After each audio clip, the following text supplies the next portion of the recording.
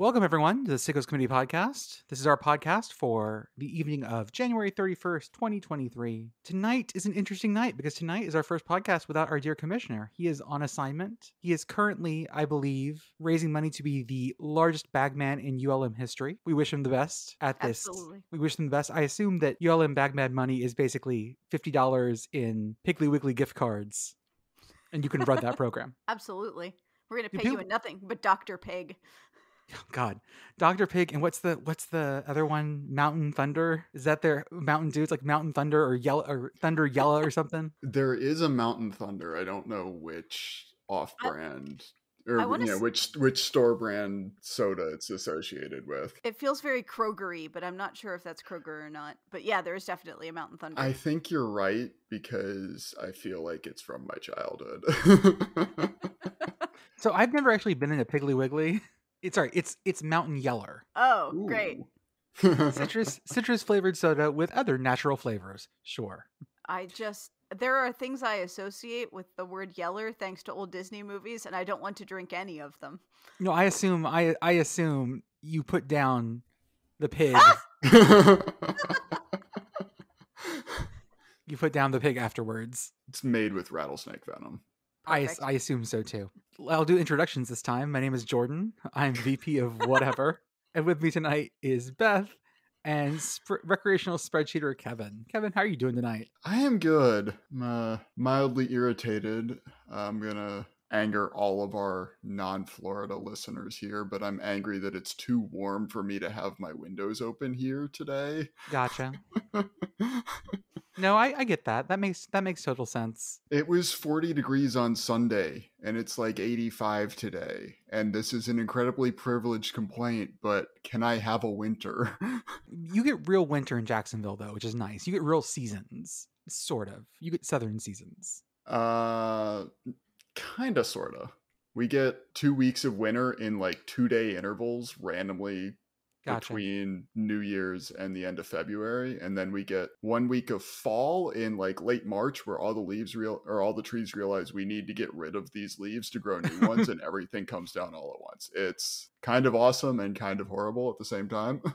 I have been dealing with an ice storm in DFW. I'm glad that my internet and power is working currently. I have a child in the next room and I am speaking not in my usual loudness because my door is open so I can hear him if something happens. So this is going to be a fun one.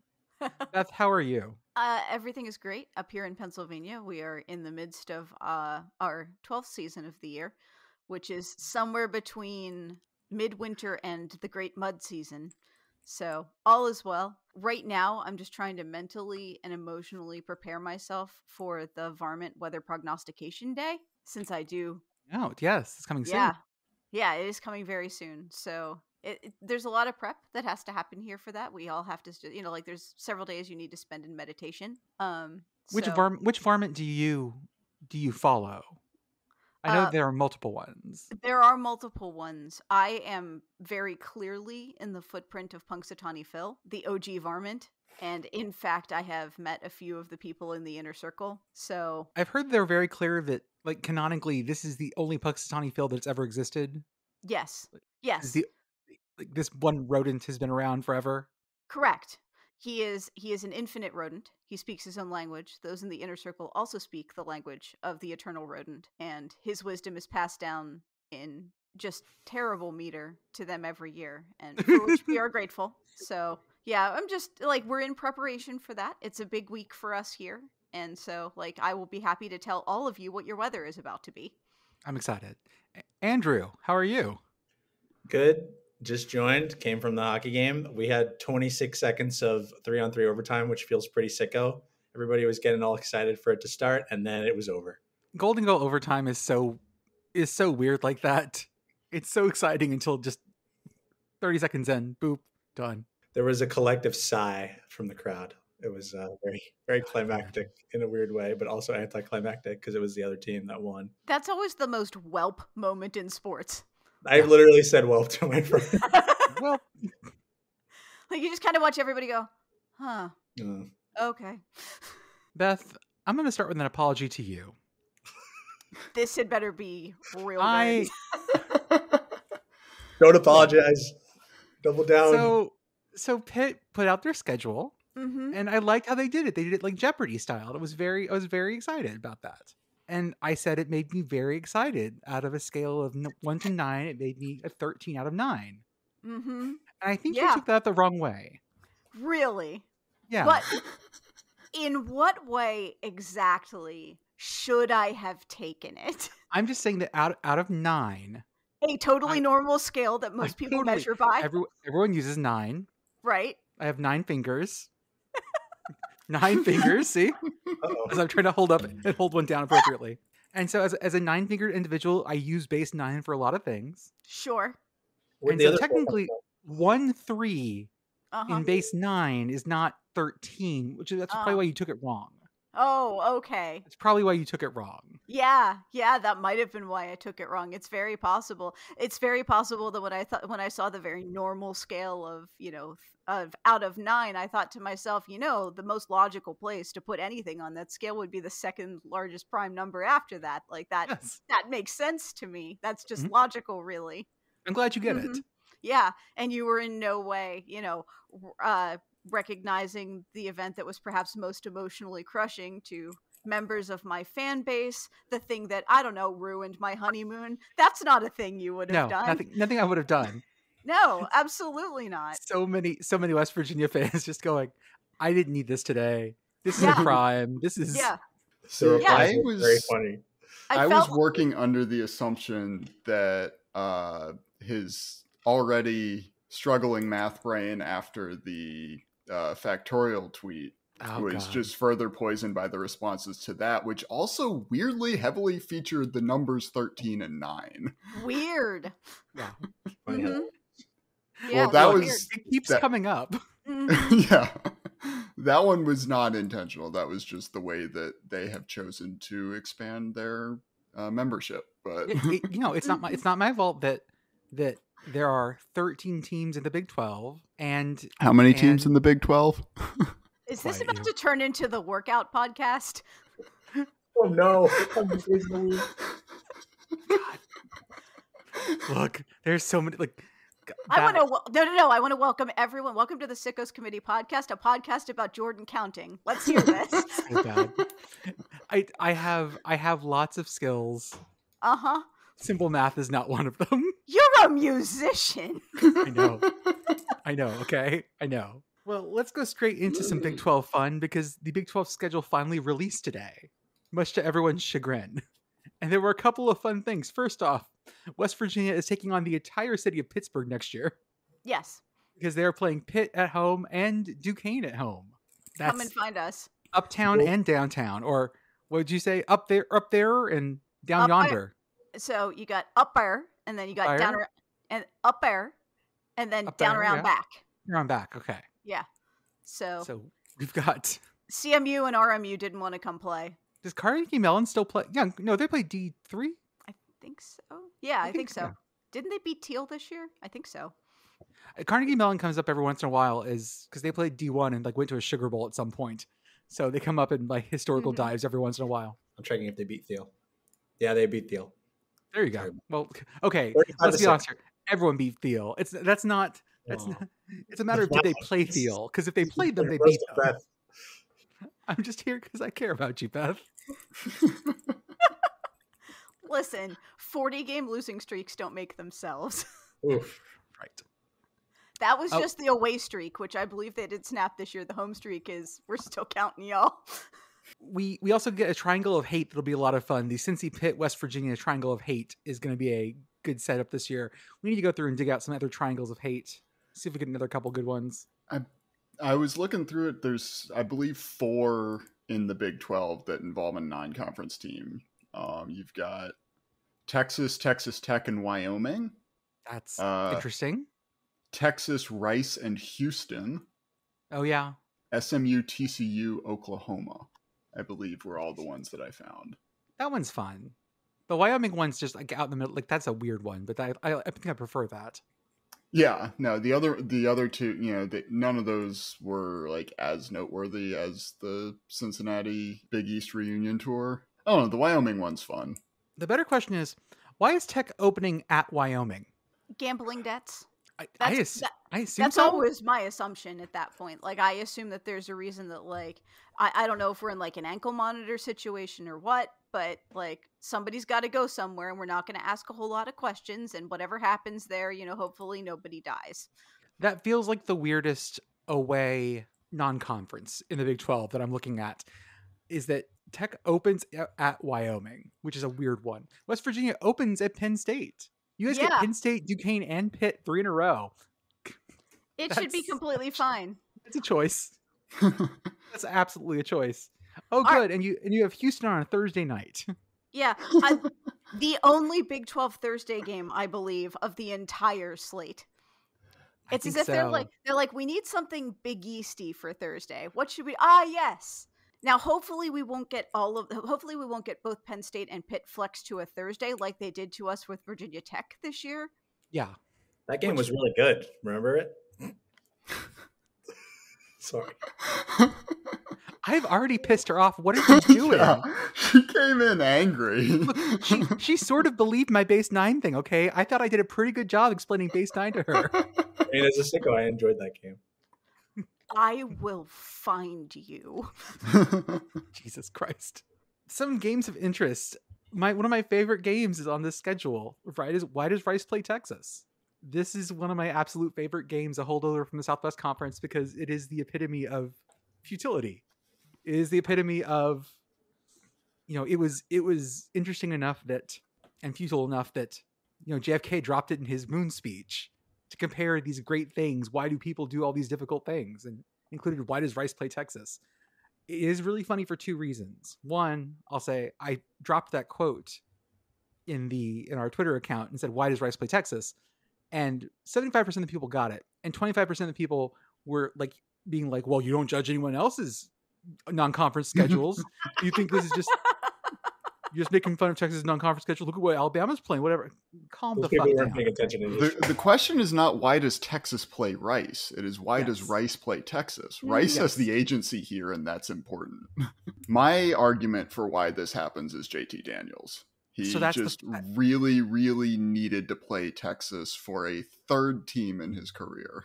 Like, that's the impressive thing. This will be the 3rd time he starts against Texas at 3 different schools.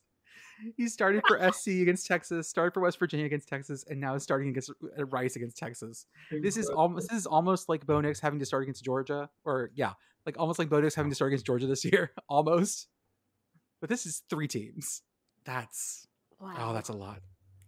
And then to complete the triangle, Texas, Houston, and Rice play for the Bayou Bucket in the Mayor's Cup, which is another great rivalry game, because that is very much a one-sided Houston rivalry and always has been, but is a local one and very spicy. Unfortunately, it's not conference, because this is as Rice moves up to the American, Houston's moving out of the American. And Texas is just going to stay in the Big 12 forever. Forever, because they're super happy there. Yeah, it's going great. They noticed this year that of all the teams in the Big 12, all but 2 put out these like fun videos about their schedule announcements, put out like these fun interactive things, like had some fun with it. The 2 teams that didn't have fun with their Big 12 schedule announcement, Texas and Oklahoma. What's wrong, guys? Aren't you having fun? Aren't you happy to be here? Hey, you know what? Oklahoma, Texas is still on the calendar. It's still on the same day. That didn't get flexed, so let's not complain. We were going to see if the ACC network would take that game. God. Longhorn Network, baby. It's almost done. Might as well put it on there. No, they have to play the 2005 championship game again. Oh, God. No. For like every the 6th time. time. No, you know what I saw? I saw the 04 Rose Bowl on there the other day, too. So they do play these. They play games that one against Michigan. They play that one occasionally as well. Oklahoma is just putting a lot of production value into preparing for Salt Lake City in November. I'm sure they're thrilled about that. Or Provo. I'm not going to Gallup. Be careful. Same metro area. We have people. None of these really feel like this really could have been a chance for the Big 12 to say fuck off, like so long, fuckers. But honestly, not the worst thing. I think the worst one is Provo in November. I think that's by far the worst draw that they have. The only other one is Texas has to go to Ames on that same weekend. Oh no, they are sending Oklahoma to Cincinnati. Huh? I might try to go to that game. That would be that's gonna be a lot of fun. Yeah, They're I going very to- much wanted, them to send both schools that are leaving away to all 4 new schools this year. I think that would have Mhm. just been the best way to just middle finger this thing. But Yes. Yeah, definitely. They did Texas extra. only got 2 of those schools at all, and it's 1 home, 1 away. Oklahoma does have 3, and 2 of those are away, but UCF goes to Oklahoma. Yeah, so could sorry, be fun. Oklahoma. Here's your bucket of Skyline as you walk out the door. Oklahoma is also going to Tulsa. Okay. I mean, that, sure. And there's some other weird ones, like Iowa State's going to Ohio, but not that one, like the Bobcats. And Kansas is going to Nevada. Yeah. Sure, guys. Hey, we're all just doing things. Interesting. Cool, guys. We're just making choices. Yeah, And I'm Texas sure is there's going to this little school named Alabama. I've never heard of them. I'm sure there's a reasonable explanation for all of these, because in looking up some of the other games in here, I found the time that Oklahoma State went to South Alabama in 2017, because I was looking up the fact that South Alabama is going there this year. Yeah, I remember It's, that. The third leg of a 2-for-1. The game was fun. Am I reading this right? That Is looked a BYU lot better in 2017 than it does now for Oklahoma State. Yeah. That's Is BYU going to Arkansas? Yes, they are. That should be normal. Yeah, that's going to be fine. This one's been on my radar for a long time for 2 It's gonna be- programs that are a lot more alike than either of them wants to admit. Yeah. Yeah. Mhm. Yes. Yeah. Very. I was both 2 houses, both alike in dignity. That's what I think about with BYU and Arkansas. I'm It's excited for it's- Wisconsin's return trip to Washington State too. That's going to be fun. Oh God, that's In Pullman. yeah. It's just like the 16th is a heck of a weekend because you've got that. You've got Kansas going to Nevada for whatever reason that's happening. We've got Kansas State, Mizzou, which Going would to be perfect. Mizzou. Going to Mizzou. Yeah, going to Wait, Mizzou. is it in St. Louis? No, the Mizzou St. Louis game is Memphis this year. Okay. And then you've got the Which backyard is brawl. also just spiritually That'll be correct. normal. Memphis totally and normal St. game. Louis. Mm-hmm. Yeah. So like the 16th, we should. Why are we even having a podcast? We won't have anything to talk about. These are all going to be very normal games. Well, and also let's not look real fast. That's going to be a Oklahoma State that's definitely not quite sure about where they are, playing a very feisty South Alabama team. Oh no! At the Rose Bowl. So we've got lots of fun things that weekend. Also, Keg of Nails, and also not Keg of Nails. What's Miami, Ohio, and Cincinnati? The old no, something with a bucket maybe. I don't know. Is it the bear? Is it a I thought it was keg? No, that's Battle of the Bricks. Is that it? no, that's another one. A Victory Bell. Okay. The Victory Bell. It's a really old one. I mean, that's 126 meetings. This is an ancient Victory one. Bell. And then Baylor, LIU. Our beloved Sharks are going to Waco. Is Cincinnati playing Maryland? No, that's Miami, Ohio. Oh, that's Miami, Ohio. Sorry. No, that's Miami, Ohio. Like That's I have like a tiny graphical reproduction that I'm trying to Yeah. zoom into on my Another phone, and it's not pretty. nondescript logo. Yeah. Oh, look, a giant M. Huh. the other fun ones I see are Iowa State is opening with double Iowa, which is never a great idea. No, don't do that. Northern Iowa is not a great choice to open with traditionally. No. That's a spicy choice. The other one that It's the harvest season. No one wants to go far from home. man, it must be. Got to keep it in state. And then Kansas State, first game is good. Then they play Troy. That should be a really great game for everyone involved. Kansas State probably should not have scheduled this game. This game was a was mistake. scheduled in 2017 or 2018. Oh, when Troy was Um, bad. Okay. Yeah, it was a much better idea when it was scheduled, but it's just going to be a fun game now. That's why it drives me crazy when people bitch about like strength of schedule, whatever. When you schedule things 8-10 years out, who the fuck knows who you're like, whether this team's going to exist or how good they're going to be or whatever. It's such a pain in the ass to have that conversation. My dad used to argue that when we were still doing the BCS and we had the strength of schedule metric built into the computers and the rest Yeah. of it, that they should have just set that at whatever the strength of schedule would have been at the time that it was scheduled. And then Ooh. it's just not allowed to move. Yeah, because there are times where some teams get credit for these games they schedule way out, or they end up, it ends up hurting their strength. Baylor catches this shit. Okay, yeah. Like, let's look. Baylor is playing, is that Utah? Is that the W? I see Texas State. What's the second school Baylor's playing? Oh, I should know this. Utah. Sorry, I think it's Utah. Utah. Is it Utah? Okay. So like that's a great out of conference schedule. Utah's a great out of conference schedule for them. And okay, yeah, like give them shit for LIU and Texas State. But Utah could be, Utah could have a bad year and they don't get credit for it. And that's just, it's annoying. I hate shit like that. We have another problem. The Raging Cajuns are missing a game. What? Yeah. They only have 11 games scheduled. And they already have an FCS game on the calendar. So they're in the problem of they either schedule another FCS game and then roll that dice, or they have to look to see who Hawaii's playing, because you get the extra game if you play on the island. They're the only team in FBS with a problem right now, so they need to find a team to add a 13th game. Call Valparaiso like New Mexico State did. Yeah, Valpo has proven that they will show up anywhere. Yeah, I was going to say Central Arkansas for the same reason, with what they were doing in the 2020 season. But again, we've already, we're running into the FCS problem again there. Yeah, it's weird that they get down to this point and still have a missing non-conference. I wonder what happened. I know that there was a lot of shuffling around once the other couple teams joined the Sun Belt.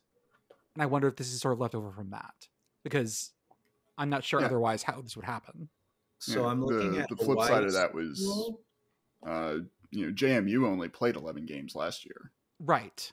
So for the same reason. Yeah. Hawaii already has 5 non-conference games, and University of Albany, which is in New York, is going to Hawaii. Hey, good for you. Good for them. For you, Great Danes. That's great. Get your miles. They're playing two Pac-12 teams. They're going to Oregon and they're playing Stanford on the islands. And they're going to That's their opener, isn't it? No, they're opening at Vanderbilt, week 0. Oh, the return of that first game this year.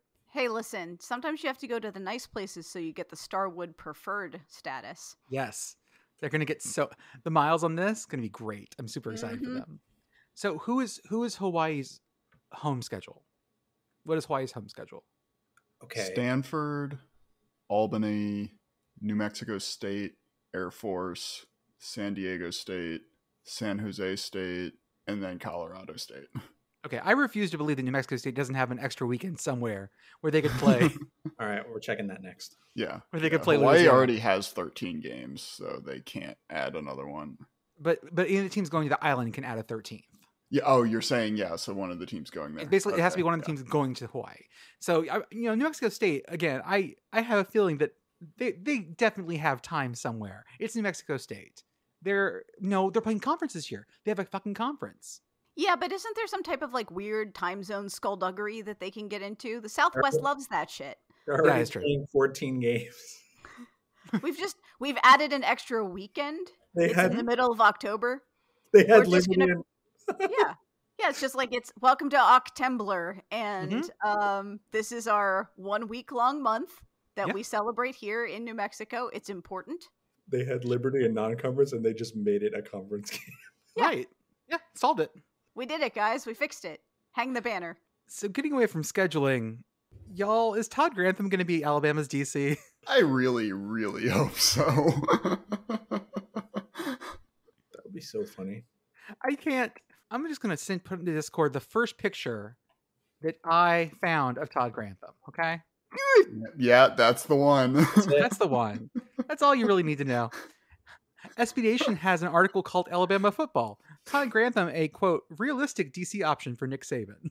Another article, reportedly, quote, a viable candidate. Now that is a stamp of approval. He is realistic and viable.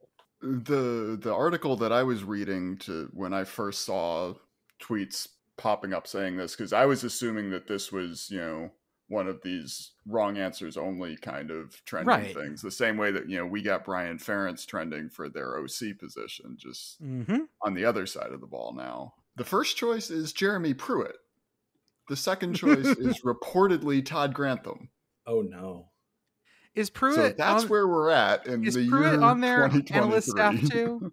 Is Pruitt on their analyst staff too? Because Grantham is. Grantham's in the Wayward School currently.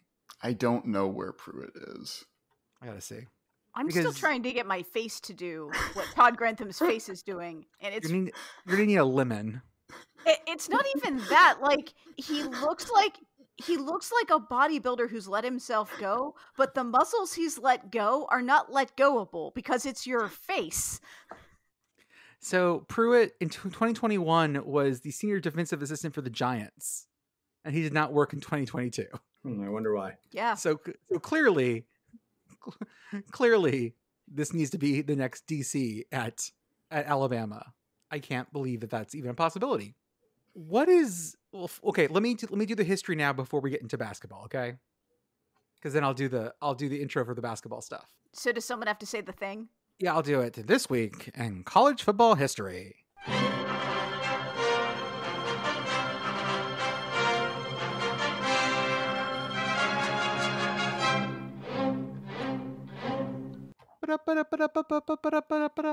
That's my new sound.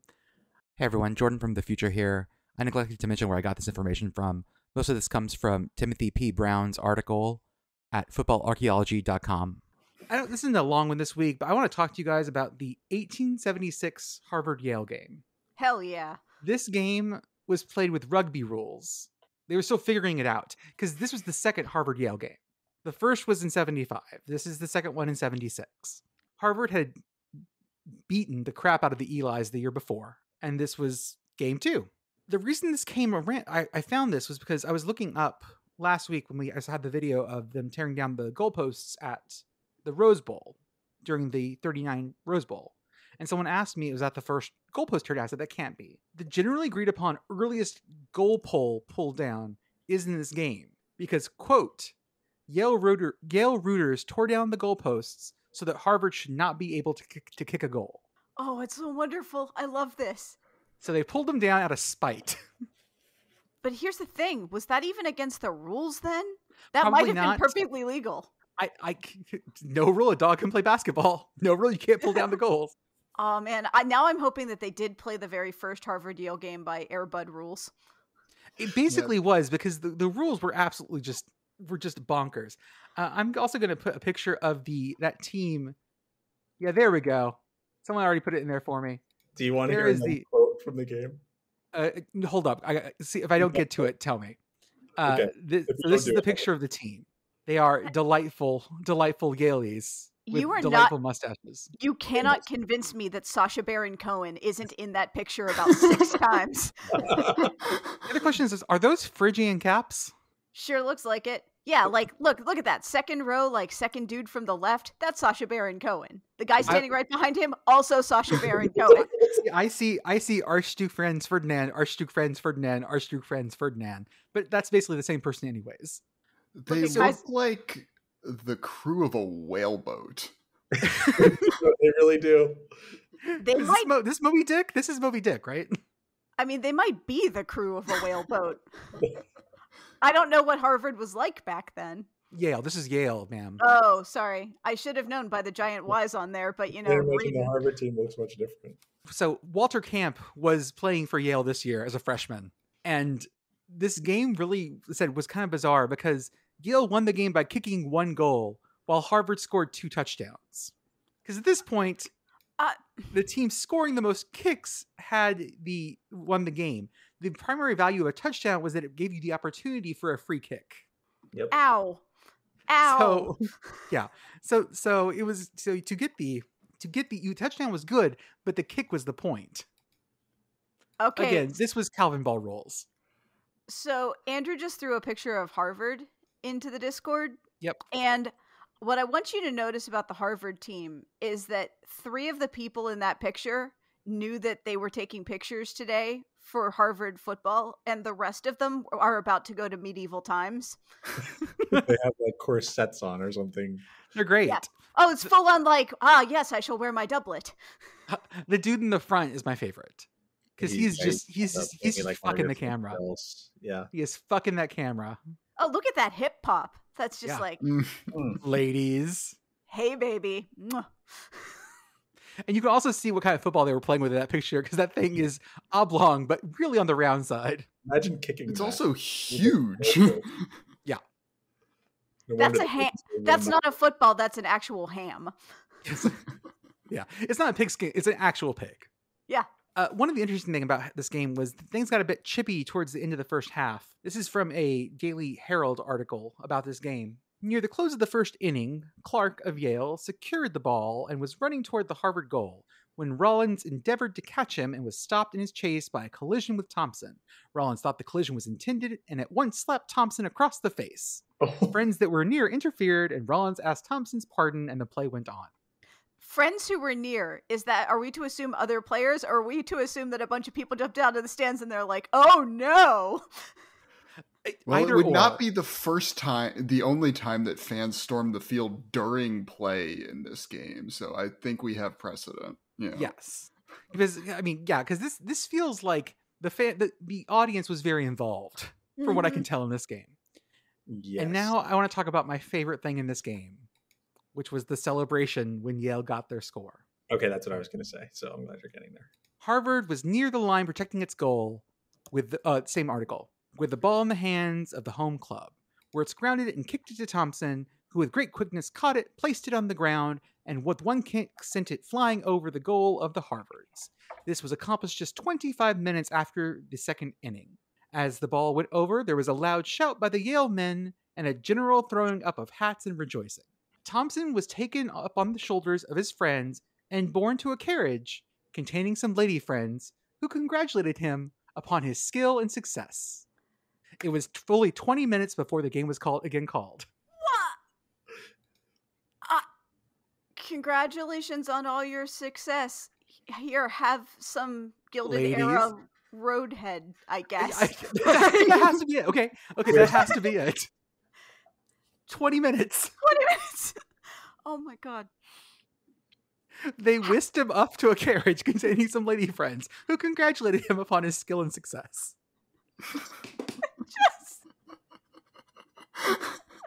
Amazing. How many times did the editor have to rewrite that sentence? That's this was in the paper in 1876. Wow.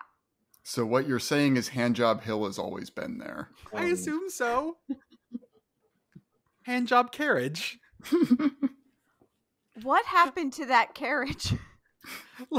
I'm assuming afterwards that carriage had to be Lysol, whatever disinfectant they had in 1876. They fucking just doused it in that. No, you still had enough people who didn't believe in the germ theory of disease. They're probably like, yes, this is a magical carriage and it will help you attain your manhood. Exactly. 20 minutes before it was called and the players at work. King. God bless. How many innings were in a football game back then? 2, I believe. So they scored and they had this bunch of time left, like 5 minutes, not a lot of time, like 5-6 minutes left. But this 20-minute gap after they scored, when they just carry off a dude, I'm seeing them carry this guy off the field and just keep going. The Harvard team's like, guys, what the fuck? Nope, gotta get his hand job. It's the Yale way, the victory handy. Listen, NIL was different back then. And the same. Yes. Before we go to basketball, can I back us up to Alabama for a split second? Because I need to share something that I found while looking up Alabama DC rumors. Go for it. Is anyone familiar with Pete Golding's real name? Oh, I saw it, but I forgot it. I think Pete is his middle name, right? No, what is it? I'm hoping it's Paracelsus. His full name is Stephen Thomas Golding. Pete is not part of his name at all. Okay. Yeah, the intro of his Wikipedia article, Stephen Thomas Golding, born February 1984, known as Pete Golding. Okay. Where do we think Pete comes from? Well, he's about our age, Jordan, so I'm guessing that he just watched Pete, and he's like, there aren't enough of them in the world. I assume so. Wow, he's just slightly older than me. Damn. Went to Delta State. Good for him. Who knew? Stephen Golding. Stephen Thomas. No Pete to be seen. Wow. And now it's time for basketball. Basketball. Squeeze. All the sounds. Can we start with live news that just ended? Go. University of Alabama, 101. Vanderbilt University, 44. Jesus Christ. It was 80-32 at one point. Ugh. Ugh. And I know Alabama was good this year. Is Vandy that bad? Yes. No, they're not that bad. They're 12. They're 10-12. So like, What happened? I'm gonna check how many threes Alabama hit. Was that in Tuscaloosa? Yes, I was a little worried that it was in Vanderbilt, but it is in Tuscaloosa. Yuck. They hit 19 threes. Vanderbilt hit 16 shots. Okay, so they shot 3-pointers at like just under 50%. 19 of 41. Vandy was 3 for 30. 3 for 30. Vandy was 3 for 30 on threes. I'm not a basketball maths person, but that sounds bad. Yeah, it does seem bad. Oh my God, there was a guy that went 1 of 10 from 3. Yeah. So there were some problems. We all know that guy. God. Basketball is one of those really crazy sports where because you do the thing so often, you do the thing to score so often, if it's not working, it's clearly not working. Mm-hmm. It's not where the basketball makes a very good argument. I always think for like the professional sport that is the good teams win basketball more often than they win other sports. There's less randomness in basketball just because you do the scoring thing so many times. Unless you're just on a real streak, there's no way to counter just being better at basketball. There's no like lucky goal. There's no whatever. There are times when basketball just abruptly and with no warning whatsoever becomes golf. And like today you are just cursed. Yeah. Like Yes. welcome to the worst day and you're just going to have to get through this. Vanderbilt was in the water the whole time. Yeah. Like that's like we've all been there. In whatever in our lives, you've just had a day when like the thing you do is just not going to go correctly. And sometimes you're lucky enough where you can just go, I'm going to pass on today. Thank you very much. This is not my day. And sometimes you have to play, 40 minutes of basketball. Yeah, and Vanderbilt probably realized it part of the way through the game. It was the halftime score was 43-15. So 15 fucking points in a half. That's 20 minutes of basketball, 15 points. That's fewer than a point a minute. Ugh. That's bad. And I'm sure that the Alabama student section was understanding and respectful of the fact that Vandy was, having some struggles tonight. I'm sure that this was an easy night for them. So they followed the Duquesne rules, is what you're saying. Yeah. Fun side story. Whenever we did ice hockey in college, whenever our team would score a goal, you chant the goalie's name and you yell, "It's all your fault." Like that's the traditional thing. Mm-hmm. Okay, fine. We were playing, I think, Union, and we were up 5-0. We continued this. The game ended at 8-1. At one point, they pulled the goalie. We scored, and we continued to chant his name. Mm-hmm. And then afterwards, we sent him flowers and said, "Hey, it was great to see you. When can you do this again?" wow. We were told that went too far.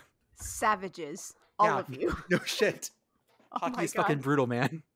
Hockey's tough. College hockey fucking is particularly awesome. Like bad yet awesome student section stuff. Yes. But for some reason, you take the catalyst of drunk college kids, give them glass to pound on in that like environment being closer in. And it's cold. Yeah, right. And it just becomes Mm-hmm. an absolute madhouse. I've been to Raucous basketball. I've never seen, and I've not been to like top level basketball. And so that's saying something for me. But for me, Raucous hockey is hard to beat because it is just like being in a fucking fight cage. Oh, it's not even yeah. college hockey. Like raucous rowdy college hockey. There's nothing better.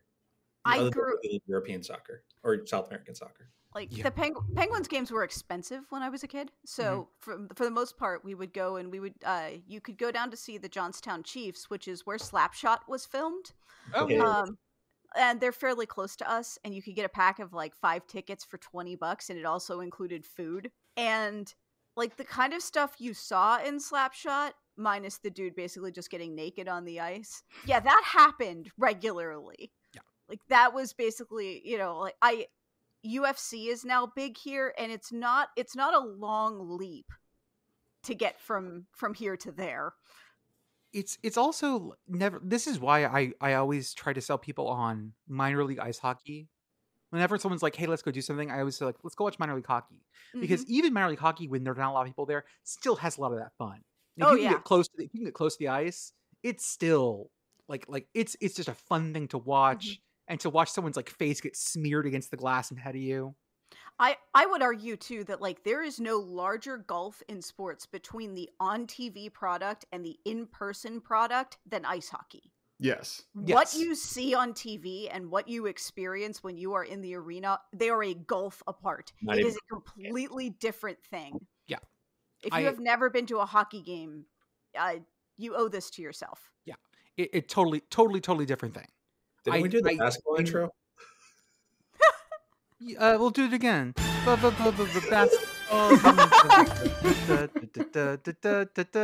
Cut here, Jordan. Okay. So let's talk about basketball. Why not? This thing runs perfectly well without the commish. I don't It's know. fine. It's hard cut us, but so you showed me this Groundhog Day matinee game, but please talk me through this. So IUPUI, our beloved Jaguars, are playing Milwaukee on Thursday at 11 o'clock or 10 o'clock local time. Okay. And it's for High School Basketball Appreciation Day. So presumably the arena is going to be full of 14 to 18-year-old high school boys. So that'll be fun. But yeah, the game is at 11 local time. And not to be outdone, there's another game that's also on Thursday morning. And I think St. Francis is the host. I'm going to check who they are playing. That one's at 2 p.m. local time against Central Connecticut State. Oh, the Blue Demons. Blue Devils? Blue Demons? I can't remember who. If you're working from home on Thursday, you got back-to-back action. Is that up in Loretto? They're playing in Brooklyn Heights. It would be tough. Like, it's hard to get people here on Groundhog Day, so that makes sense. I have a special place in my heart for the Horizon League. I won't lie. Like, Horizon League makes me happy because it's sort of the league that no one remembers. But, like, there are lots of fun teams in there. This is a like Groundhog Day matinee. Oh, man, that's a rough sell for anyone. I'm excited. This is the kind of thing when you pull up ESPN Plus and you're just like, I want to watch something. I need something in the background. Not that. Ugh. Is IUPUI supposed to win a game this year? Let me check good old Ken Palm. I highly doubt it.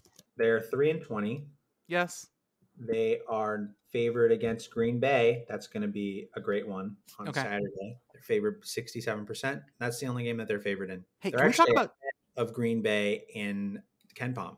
They're 360 and Green Bay is 362. So set your DVRs, everybody. Saturday against Green Bay. Can we talk about Chicago State being on a heater? Yeah. Chicago State. Stanford. They almost beat Stanford, beat Citadel, beat Coastal. Like, they are on a heater. And they are the legitimate no sleep till Brooklyn. They have gone from coast to coast. They played in South Carolina twice a week apart after making a trip to Palo Alto. The life of an independent is not great. No, especially not in basketball. Especially not in basketball. And they're playing Hartford, which they might win. This is the best Chicago State has done in ages. I'm super happy. They deserve an ACC invite simply by being 80s or 20 spots better than Louisville and Ken Palm. That's, you know what? Like, let's talk about funny things. Who's around Louisville right now? Just give me that. I'm going to read the three ahead of them and the three below them. Sure. They're number 301, 298 Tennessee Tech, 299 Idaho, 300 the Citadel, holding that fat L from Chicago State. That's it, yeah. 301 in Louisville, 302 Manhattan, 303 Western Michigan, not a good year for Western Michigan, 304 High Point University. Oh. Where's High Point? What is that? I think that's in North Carolina. So what you're saying is Louisville's in great company. ACC strong this year. Yes. We're looking at like a 9-bid conference, I'm guessing. Yes, absolutely. Mm-hmm. Yeah, they're just, hey, listen, they're bringing a sense of legitimacy to Tobacco Road, and I think we should respect that. Exactly. Hey, High Point's a Methodist school, Beth. Hey! We're okay with Methodists. Are they still a Methodist school, or how's that going? Or shouldn't I ask? I probably shouldn't ask. We're about to find out. They may not have made up their mind yet. Cooperative venture between the Methodist Protestant Church and the city of High Point. Okay. I'm trying to They're figure affiliated with United Methodist. Maybe. Yeah. Well, okay. True. We'll see. 850 students. We'll see where they land on the end of that on Wait, that split. How many students? 5,850 students. Yeah, they're They big. actually have a good grad Okay. program. Like they have a good forensics program. That's the only reason I know what they are. Okay. Look, So there's they're only one forensics program I know about, baby, and that's Western Kentucky. Big red, drawing chalk outlines, which is what I assume forensics is. It's not far off. Not far off. So when we found out that Western Kentucky was so good at forensics, I imagined the scene from The Wire where they just start measuring things and they say "fuck" 40 times in a row, but it's just big red, like chalk outlining bodies and drawing angles. I try to think in terms, like when I'm thinking about small colleges, I try to think about how many Teals big they are. How big is 'Cause Teal? Teal is about 800 students. Okay. Yeah, Teal is small. Like are they just undergrad? Yeah. I think they might have a graduate program at this point, so it probably would have like 10 or 15 people. Gotcha. Teal? No. So we're looking at about 7 Teals for High Point. Yeah, it's about 7 Teals big. Yeah, if you go to Teal, there's a really good chance you play on the football team. Yeah. Ohio State's High Point is in the Big South and did not receive votes in our poll. Oh. Unfortunate. The Big South, What's their mascot? Panthers. Ah, okay.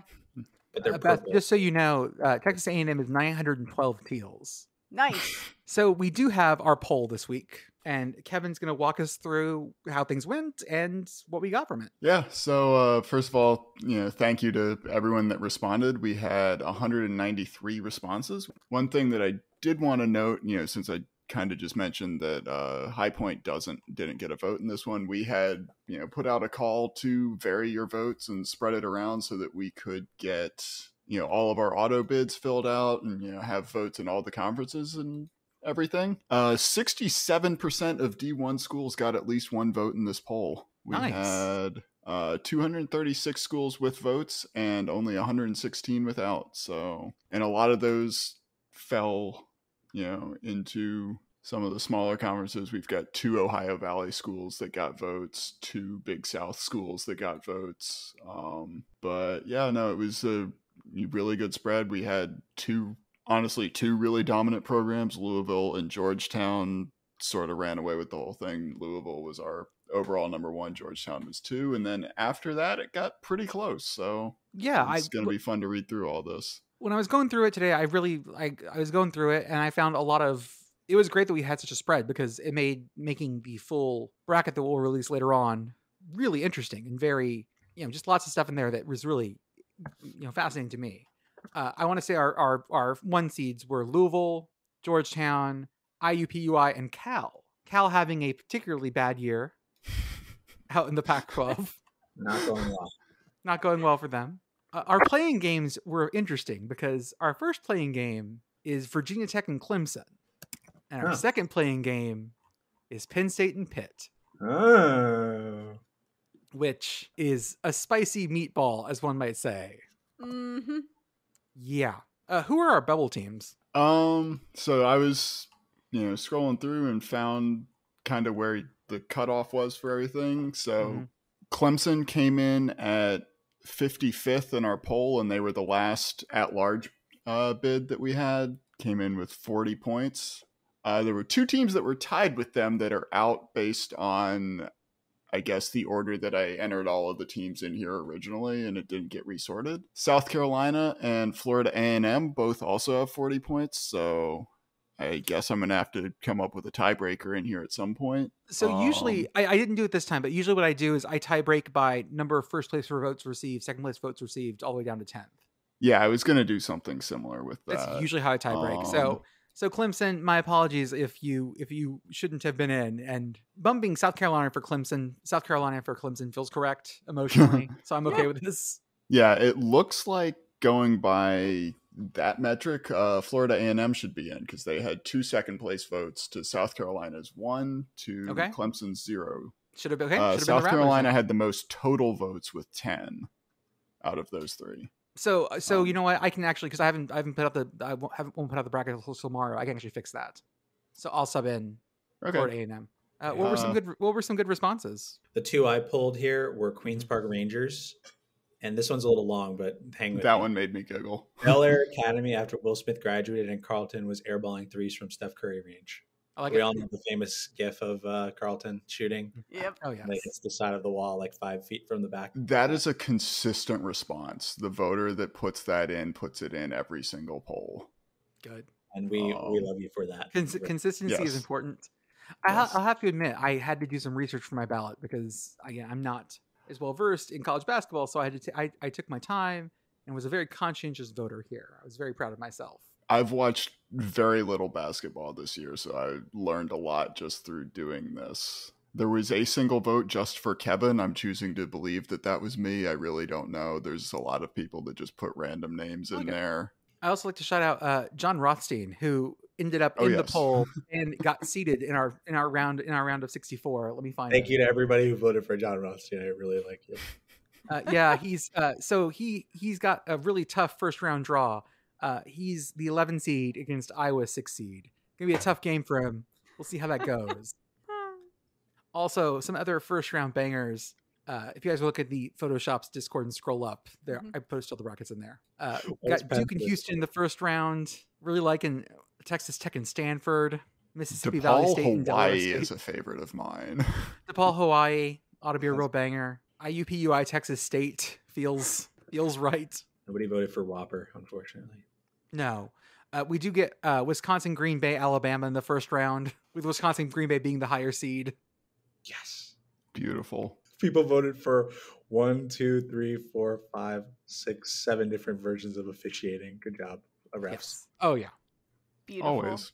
The other one is that the winner of that Penn State Pitt playing game has to play random number generator Colorado as a 3 seed. Oh, So enjoy no. that. Enjoy that. Somehow Colorado will lose the playing game. We'll just get Penn State again, second time. Yeah, they will manage to lose that game. Shout out to Coach K, still getting votes in the poll, even Who? a full year into his retirement. Sorry, I don't know who that is. Yeah. There was one vote in there that specified Coach K the dog and not the person. Is anyone familiar with this? I meant to look it up and completely forgot until just now. No. Also, thank you to whoever voted for the carrier dome. Apparently, Coach K has a puppy. Yeah, I see that Duke gave him a puppy, but is the puppy named after him? Because that seems really weird. Yeah, that seems like a lot. He had a dog named Blue. There's a photo of him being licked in the eye by the dog. It's a silver lab puppy named Coach. Yes, Okay. the dog is. Okay, I as a assume it's the member dog of his then. family, is officially Coach K. Then, so Okay. that's a lot. Okay, folks, I think that's it for this evening. It's a short one, but a good one. We are going to come back at you on Sunday to cover whatever else is in the world of college football and college basketball and whatever else we can think of. I just hope everyone has a good week and that you score in your life to the point where you get carried off for 20 minutes of fun in a carriage. We'll see you on Sunday. Bye, everyone. Wow.